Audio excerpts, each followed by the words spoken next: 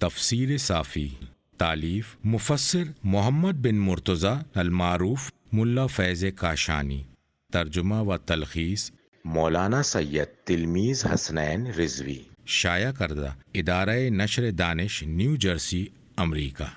سورہ تکاثر۔ سورہ تکاثر مدینہ منورہ میں نازل ہوا اور کہا گیا ہے کہ یہ سورہ مکیہ ہے۔ اس سورے میں 8 آیتیں ہیں۔ بسم اللہ الرحمن الرحیم، اللہ کے نام سے جو بڑا مہربان نہایت مشفق ہے۔ ترجمہ: تم کو بہتات نے غافل کر دیا یہاں تک کہ تم قبروں میں جا پہنچے۔ ہرگز نہیں، تم عنقریب جان لوگے، ہرگز نہیں، جلد ہی تمہیں پتہ چل جائے گا۔ اے کاش تم یقینی علم کے ساتھ اسے جان لیتے۔ تم ضرور بے ضرور جہنم کو دیکھو گے، پھر اس جہنم کو چشم یقین سے دیکھو گے، پھر اس روز نعمتوں کے بارے میں تم سے ضرور بے ضرور سوال کیا جائے گا۔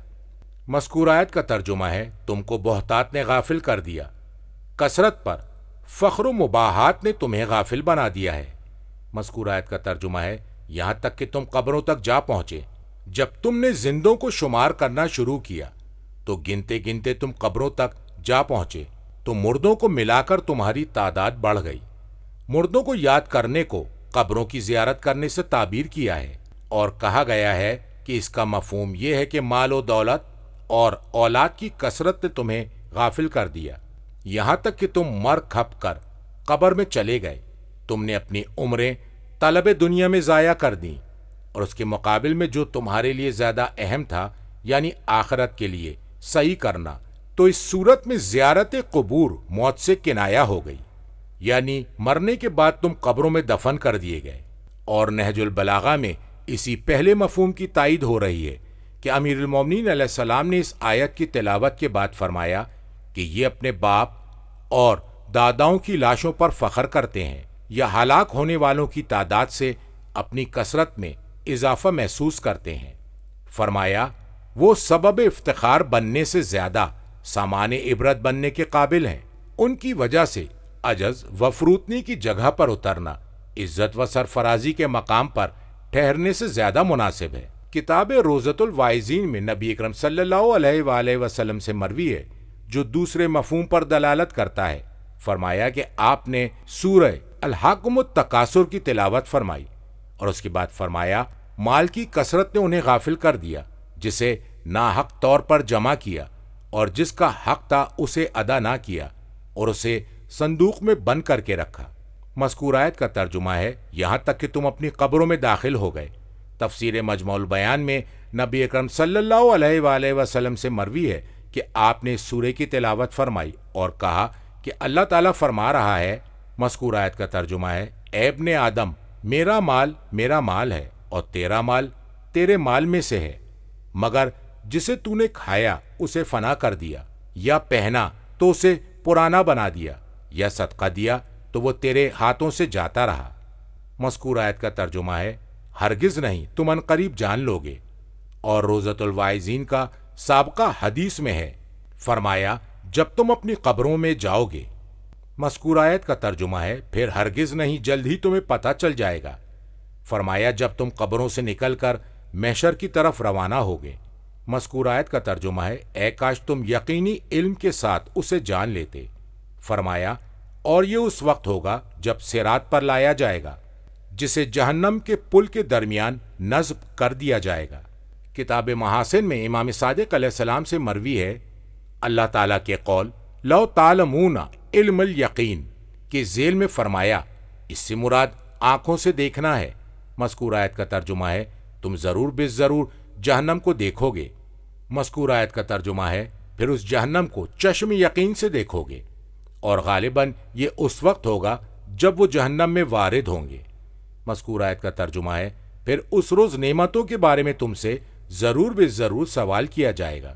کتاب روضۃ الواعظین میں سابقہ روایت میں ہے، فرمایا 5 چیزوں کے بارے میں سوال کیا جائے گا: شکموں کو پر کرنے، ٹھنڈا پانی پینے، نیند سے لطف اٹھانے، مکانات کے سایہ دار ہونے، اور خلقت کے معتدل ہونے کے بارے میں۔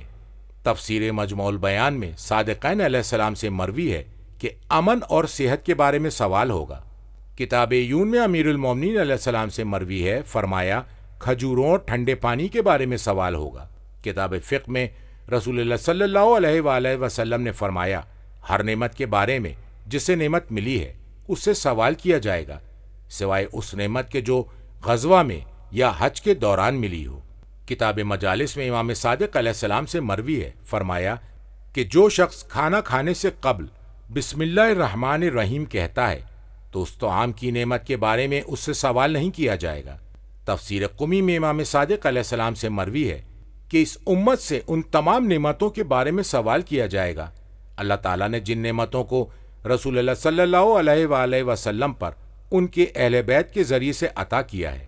کتاب احتجاج میں امیر المومنین علیہ السلام سے ایک حدیث میں وارد ہوا ہے کہ جس نعمت کے بارے میں سوال کیا جائے گا وہ رسول اللہ صلی اللہ علیہ وآلہ وسلم اور اصفیاء اللہ میں سے جو ان کے قائم مقام ہوں گے وہ ہیں، اس لیے کہ اللہ تعالیٰ نے ان کے ذریعے ان کے اولیاء میں سے جنہوں نے ان کا اتباع کیا ہے ان پر نعمتیں نازل فرمائی ہیں۔ کتاب عیاشی میں امام صادق علیہ السلام سے مروی ہے کہ آپ نے حضرت ابو حنیفہ سے اس آیت کے بارے میں سوال کیا کہ یہ بتائیے کہ اے نعمان، آپ کے نزدیک نعمت سے کیا مراد ہے؟ تو انہوں نے کہا غذا کا کھانا اور ٹھنڈا پانی پینا۔ تو امام علیہ السلام نے فرمایا کہ جب اللہ آپ کو قیامت کے دن اپنے سامنے کھڑا کرے گا تو کیا وہ ہر کھانے اور پینے کے بارے میں سوال کرے گا؟ تو اس طرح تو آپ کا وقوف اس کے سامنے نہایت طویل ہو جائے گا۔ ابو حنیفہ نے استفسار کیا، آپ فرمائیے نعیم سے کیا مراد ہے؟ تو امام عالی مقام نے فرمایا، ہم اہل بیت وہ نعمت ہیں اللہ نے ہمارے ذریعے جسے بندوں کو عطا فرمایا ہے، اور لوگ باہمی اختلاف کا شکار تھے، ہمارے ذریعے سے وہ ایک دوسرے سے رشتہ الفت میں منسلک ہو گئے، اور ہمارے ہی وسیلے سے اللہ تعالیٰ نے ان کے دلوں میں الفت پیدا کر کے ایک دوسرے کا بھائی بنا دیا، جبکہ وہ ایک دوسرے کے دشمن تھے، اور ہمارے ہی واسطے سے اللہ نے انہیں اسلام کی راہ دکھائی، اور یہ وہ نعمت ہے جو منقطع نہ ہوگی، اور اللہ ان سے اس نعمت کے حق کے بارے میں سوال کرے گا جو ان کو عطا کی ہے، اور وہ نعمت نبی اکرم صلی اللہ علیہ وآلہ وسلم اور ان کی اطرت ہے۔ اور ایک روایت میں ہے امام صادق علیہ السلام نے حضرت ابو حنیفہ سے فرمایا کہ مجھ تک یہ بات پہنچی ہے کہ آپ اس آیت میں نعیم کی تفسیر طعام اور خوشبو اور گرم دنوں میں ٹھنڈے پانی سے کرتے ہیں۔ انہوں نے جواب دیا ہاں، تو امام علیہ السلام نے فرمایا کہ اگر آپ کو کوئی شخص دعوت دے اور آپ کو بہترین کھانا کھلائے اور آپ کو ٹھنڈا پانی پلائے، پھر آپ پر احسان جتلائے، تو آپ اسے کس سے نسبت دیں گے؟ انہوں نے فرمایا بخیلی سے منسوب کروں گا۔ تو امام علیہ السلام نے فرمایا کیا اللہ تعالیٰ بخل کرتا ہے؟ امام ابو حنیفہ نے پوچھا تو پھر وہ نعیم کیا ہے؟ امام علیہ السلام نے فرمایا ہم اہل بیت علیہ السلام کی محبت۔ کتاب یون میں امام رضا علیہ السلام سے مروی ہے، فرمایا کہ دنیا میں کوئی حقیقی نعمت موجود نہیں۔ تو جو فقہا امام علیہ السلام کی خدمت میں تشریف رکھتے تھے ان میں سے کسی نے کہا کہ اللہ تعالیٰ فرما رہا ہے ثم لتسألن یومئذ عن النعیم، کیا یہ دنیاوی نعمت ٹھنڈے پانی کی شکل میں نہیں ہے؟ تو امام رضا علیہ السلام نے اس سے فرمایا، اور آپ کی آواز بلند ہوئی، تم نے اس آیت کی ایسی ہی تفسیر کی ہے اور اس کی مختلف اقسام بنا دی ہیں۔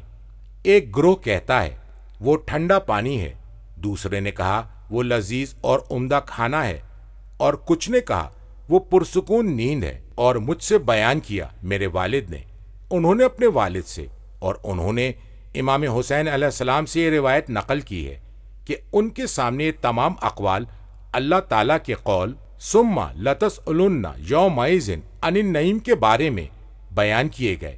تو آپ غضبناک ہوئے اور فرمایا اللہ تعالیٰ نے بندوں پر جو فضل و کرم کیا ہے اس کے بارے میں سوال نہیں کرے گا، اور اس بارے میں ان پر احسان نہیں جتلائے گا، بلکہ انعام دے کر احسان جتلانا تو مخلوقین کے لیے ناپسندیدہ ہے، تو بھلا اس کی نسبت خالق عز و جل کی طرف کیسے دی جا سکتی ہے جس سے کوئی مخلوق بھی راضی نہ ہوگی؟